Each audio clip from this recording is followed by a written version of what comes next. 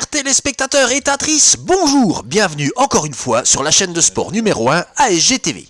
La mauvaise nouvelle est tombée cette semaine, c'est SFR Sport qui obtient les droits télé de la Ligue des Champions de 2018 à 2020, au nez et à la barbe d'ASG TV, beIN et Canal+.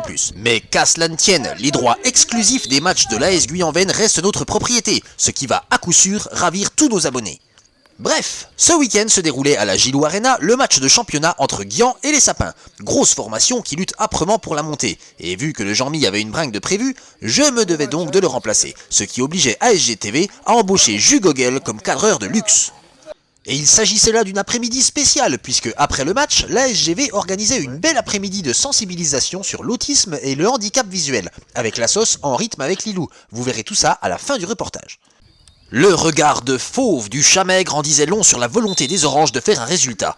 Et dès les premières secondes, Alain s'échappait côté buvette et se souvenait de quelle façon Guigui avait réussi à forcer le verrou de la défense des Sapins à l'aller, en dévissant un centre en pleine lucarne. Mais cette fois, la tentative échouait de peu. Les hommes de Christian Sacomani n'étaient pas en reste, puisque suite à cette percée de Dromard, il fallait un très bon retour de Truelle qui annihilait cette attaque. Une Truelle qui se faisait déboîter dans la foulée par Alexandre Vieille. Le numéro 11 visiteur très fair-play relevait sa victime avec un mot de réconfort. Les Guillans, bien en jambes en ce début de partie, combinaient bien, notamment avec Jus et PA. Mais Monio, qui savait qu'on avait prévu un cécifoot après le match, prenait ses marques en fermant les yeux sur sa première frappe, ce qui engendrait un funeste relele. PA, dans le même esprit, commettait une reprise que mon arrière-grand-mère n'aurait pas reniée. Juste avant que le chat maigre et Dylan le butent tous les deux sur la défense très solide des Bleus.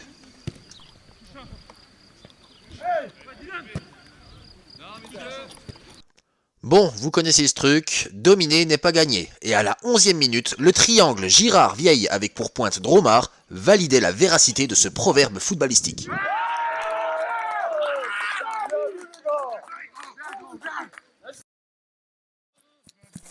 Difficile à encaisser pour les oranges, auteur pourtant d'une bonne entame. Il y avait au moins une leçon à tirer de ce début de match, c'est qu'il n'allait pas falloir leur laisser 50 occasions. Mais les Tigres ont de la ressource, et dès la 18e minute, Dylan se heurtait à un super barbier. Juste avant que J sur corner ne voie sa tête passer juste au-dessus. Mais à la 20e minute, les efforts des oranges allaient enfin payer, quand sur un énième coup franc parfaitement botté par Alain, Flo remisait n'importe comment pour Dylan, qui dégainait son pied gauche pour égaliser. Belle récompense pour notre Edinson Cavavin, qui était en panne de réussite depuis quelques matchs. Les oranges se retrouvaient déjà un peu moins sous pression, surtout Chienne, qui évacuait le reste sur les pissenlits. Après que Monio, toujours très volontaire, nous ait prouvé qu'il était droitier, les Sapins reprenaient un peu de poil de la bête par l'intermédiaire de Romain Philippe d'abord, puis sur une reprise de Sacomani à la 38e minute. Mais à chaque fois, le Guigo veillait. C'est cependant les locaux qui finissaient le plus fort avec une frappe hors cadre de leur avant-centre et une autre belle ogive de PA bien maîtrisée par Barbier. Et c'est là-dessus que finissait le premier acte. Les Guians rendaient une copie très propre, avec une prestation sérieuse et aboutie. Oui mais voilà, le tableau d'affichage virtuel, puisqu'on n'en a pas, affichait un but partout. Et il allait falloir être très costaud pour venir à bout d'une formation des Sapins très solide. Allez, tout vite une petite pub parce que j'ai pas beaucoup de temps.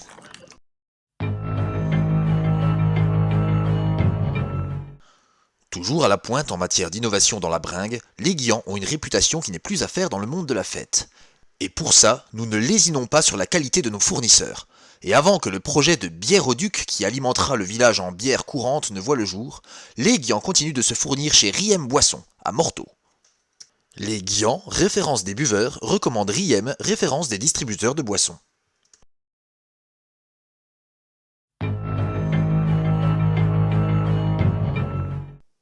Ah tiens, tout vite, le 21 mai, le handball club de Gillet organise une journée en faveur de la sauce Je m'appelle Léonie tout court, qui lutte contre une sale maladie génétique qui attaque les muscles de ce petit bout de chou qui a 4 ans.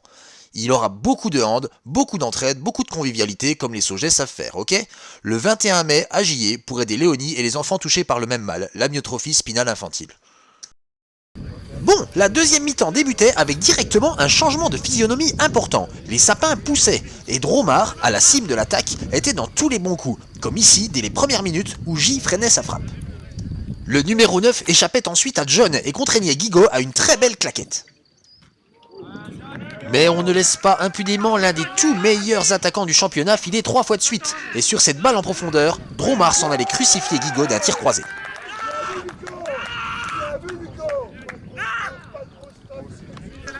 Après cette belle action bien maîtrisée, d'autres joueurs allaient éclabousser le match de leur talent par des gestes techniques de haut vol, comme Girard avec ce somptueux dos, que l'on revoit ici au ralenti,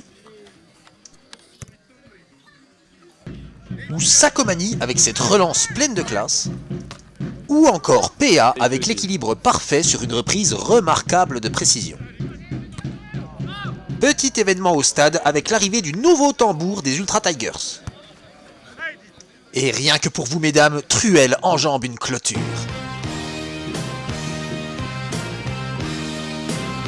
Dans un style plus bestial, John fait une tête.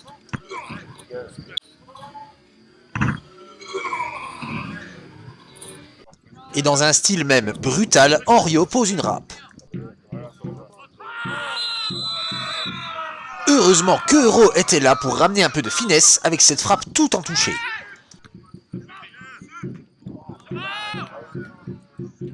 Je suis particulièrement fan du tour complet après la frappe, genre putain où c'est que j'ai tiré. Bon, après ce florilège d'actions d'éclat, on revenait à la normale. C'est d'abord PA qui enchaînait bien mais ne concluait pas. Puis Romain Philippe qui trouvait la barre sur cette très belle frappe du pied gauche. Pas de chance.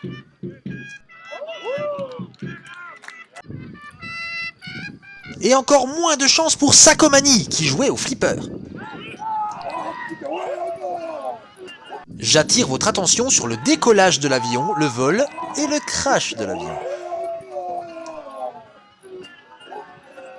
Après une telle période de chance, on comprend mieux pourquoi le Guigo est vite rentré voir sa femme après le match. Mais en tout cas, sur l'action suivante, ce n'est pas sa chance, mais son talent qui faisait barrage à Dromard. Sinon, John continue à faire des têtes.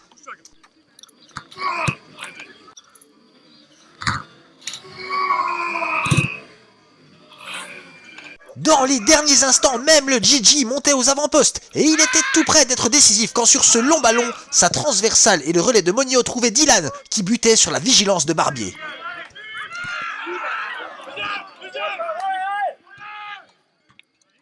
Et c'était malheureusement la dernière occasion de ce match qui voyait donc les Guillans s'incliner devant une belle équipe des Sapins taillée pour la montée et qui reste bien accrochée à sa deuxième place derrière les intouchables bisontins des Orchamps. Les Oranges n'ont pas à rougir de leur match, et notamment de leur première mi-temps, mais ont un peu pioché physiquement en deuxième période. Il faudra encore prendre quelques petits points sur les 3 derniers matchs pour s'assurer du maintien, objectif avoué du club. Mais l'essentiel était ailleurs aujourd'hui, car un match encore plus important se jouait après, pour l'association En Rythme avec les Loups. Assos qui entretient des liens étroits avec le club et qui lutte contre la dysplasie cétoptique, une forme d'autisme et de malvoyance.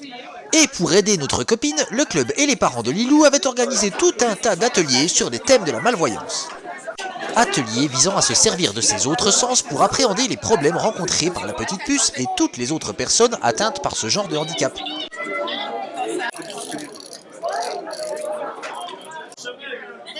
m'en donner des jus? Bah lui il est super dur. Fais celui-là. Lui c'était des champignons. Bon, Gilou s'occupait lui de l'atelier qu'il gère tous les dimanches. Jus travaillait lui sur le thème du goût avec sa fille. Père indigne. Et nos merveilleuses femmes nous faisaient des crêpes et des gâteaux pour ne pas qu'on meure de faim pendant que se préparait le cécifoot. Bon, pour vous faire une idée, à haut niveau, le cécifoot, ça donne ça. Mais à Guyan, c'est un autre délire.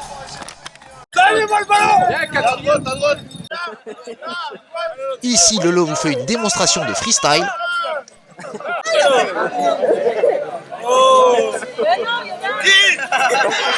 Et Mamat prouve qu'il a la classe en toutes circonstances.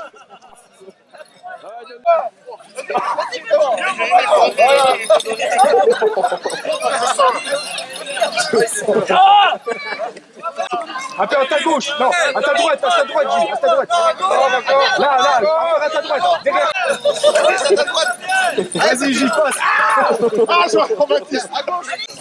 Vas-y, Gilles, devant toi, à ta droite. Tu vois? On sent déjà les gars qui jouent. Regarde, John, il fait judo, c'est pas du judo, John. Hein. Petit rappel du haut niveau.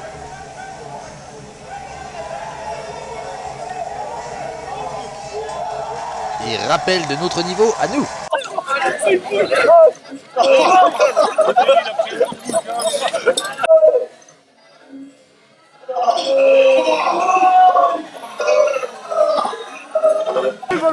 Oh putain, Attends, je remets ton masque derrière. En tout cas, encore une superbe après-midi à la Gilou Arena, où l'intégralité des bénéfices de la buvette et des 60 repas du soir ont été reversés à En Rythme avec Lilou. Merci à tous pour votre implication. Et sachez bien qu'on remet ça le dimanche 4 juin, avec un match amical contre Villers-le-Lac, plein d'activités et un repas au profit de l'association de mon petit pote Jason, Aux Yeux du Monde, qui lutte contre la rétinite pigmentaire. Ça me ferait personnellement très plaisir s'il y avait autant de monde que ce dimanche. Allez, grosse bise à vous et à bientôt sur ASG TV.